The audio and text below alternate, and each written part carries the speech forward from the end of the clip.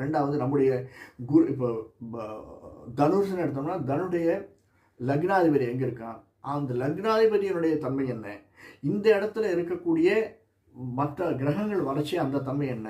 இப்போ பூராட நட்சத்திரத்திற்கு நம்ம பிறந்தது சுக்கிரதசை. அந்த சுக்கிரன் நமக்கு 6ஆம் வீட்டுக்குடையவன்.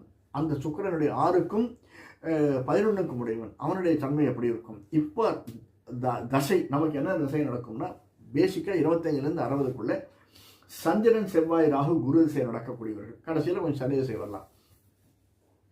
ஸோ சந்திரன் செவ்வாய் ராகு குரு தசாநாதன் எங்கே இருக்கான், புக்திநாதன் எங்கே இருக்கான், அந்தரம் அந்தராந்தரம், இவர்களுடைய தன்மை எப்படி இருக்கும். இந்த மேஜர் ஆஸ்பெக்ட் இதையெல்லாம் வைத்து தான் நம்மளுக்கு சொல்கிறாங்க. அதெல்லாம் நம்மகிட்ட அந்த பழக்கம் இல்லை அப்படின்னா தப்பாக இருக்குன்னு நினச்சிக்காதீங்க. வேறவங்கிட்ட நீங்கள் பார்க்கச்சே தெரியும்.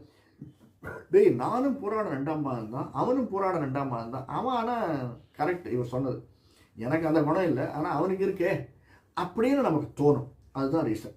இது பூராடம் 2ஆம் பாதத்திற்குரிய மரம் என்னன்னு பார்த்தீங்கன்னா 2ஆம் பாதத்திற்கு கடற்கொஞ்சி அப்படிங்கிறாங்க.